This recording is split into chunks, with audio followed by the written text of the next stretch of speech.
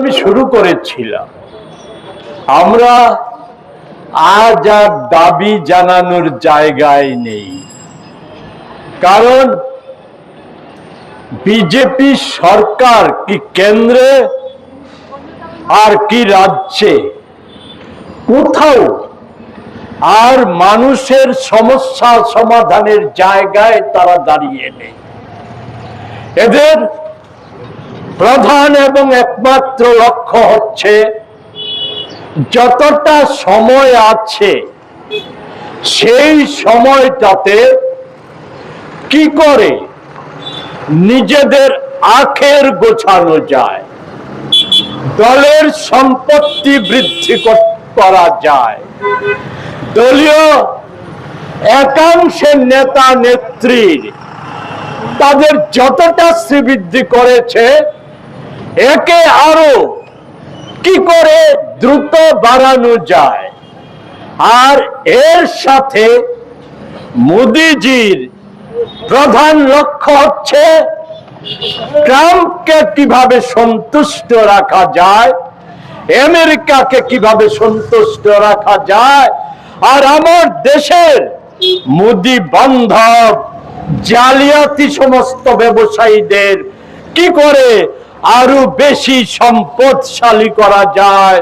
কারণ তারাই 14 সালের পূর্বে যেমন এরাই একটা কর্মঠ, একটা প্রকৃত জনদরদি, একটা মানুষের স্বার্থ রক্ষাকারী, 140 কোটি মানুষের মর্যাদাকে গোটা পৃথিবীর কাছে তুলে ধরা একটা সরকারকে যে ষড়যন্ত্র আর অর্থ বলে এই সরকারটাকে সরিয়েছিল আগামী দিনে যাতে তাদের সহায়তা পাওয়া যায়, তার জন্যই মোদিজি ব্যস্ত।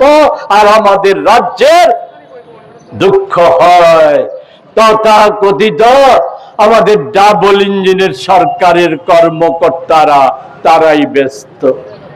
আমি মোদিজিকে নিয়ে আমার কোনো প্রশ্ন নেই, অমিত শাহকে নিয়ে আমার কোনো প্রশ্ন নেই, বা মোহন ভাগবত বা বিজেপির বর্তমান রাজ্য সভাপতি বা অন্য কোনো মন্ত্রী, তাদের নিয়ে আমার কোনো প্রশ্ন নেই।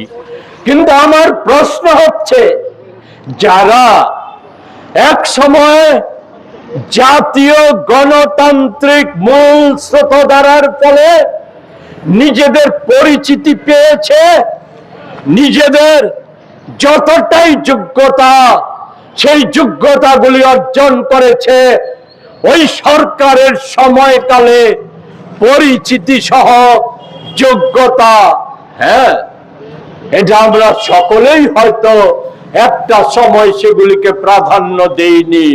কারণ এখানকার পূর্ববর্তী সরকারটাও একটা সময়ে এমন জায়গায় চলে গিয়েছিল যে জায়গায় সম্পূর্ণভাবে মানুষের আস্থা হারিয়ে ফেলেছিল। কারণ আমি বিস্তৃত সে বিষয়ে যাব না, আজকের ঘটনাটা লঘু হয়ে যাবে, আজকের ঘটনার গুরুত্বটা সাথে সাথে সে বিষয়টা তুলে না ধরলে পরে ভুল করা হবে। তাই আমি খানিকটা তুলে ধরছি। ওই সময়ে স্বজন পোষণ, দলবাজি, সর্বোপরি হচ্ছে দেশ, রাজ্য এবং মানুষের স্বার্থের বাইরে দলের স্বার্থ, দলের স্বার্থের নামে একাংশ নেতা নেত্রীর স্বার্থ রক্ষা করতে গিয়ে সেখানে নানা রকম নানা কিছুতে আপোষ করেছিল। সে দুর্নীতি হোক, নিগো বা জমি মাফিয়াগিরি হোক, আর যে কোনো বিদ্যুৎ নিগমের কোনো বিষয় নিয়েই হোক। বিদ্যুৎ নিগম নিয়ে বলতে গিয়ে হ্যাঁ বলবো, এটা ঠিক, ওই সময়ে ওই সরকারের সময়কালেই কেন্দ্রীয় সরকারের সহায়তা নিয়ে আমাদের রাজ্যে দুইটা বৃহত্তর বিদ্যুৎ উৎপাদন কেন্দ্র গড়ে উঠেছিল, সকলেই জানেন। এতে আমাদের রাজ্য থেকে লোডশেডিং শব্দটা মুছে গিয়েছিল। আর আমাদের সেই বিদ্যুৎ ব্যবহার করে রাজ্যবাসীর প্রয়োজন মেটানোর পর বহির্রাজ্যে যেমন বিদ্যুৎ বিক্রি করা যেত, তেমনি বাংলাদেশে বিদ্যুৎ বিক্রি করে অর্থ উপার্জন করা যেত। শুধু তাই না, এটাও স্বীকার করতে হবে শত ব্যর্থতার মধ্যে 350 কোটি টাকার বেশি স্থায়ী আমানত বিদ্যুৎ নিগমে রেখে গিয়েছিল। কিন্তু দুর্বলতাটা ছিল কোন জায়গায়? যে কারণে বললাম যে জনগণের স্বার্থটা প্রাধান্য পায়নি, প্রাধান্য পেয়েছে নেতা নেত্রীদের স্বার্থ রক্ষা করাটা।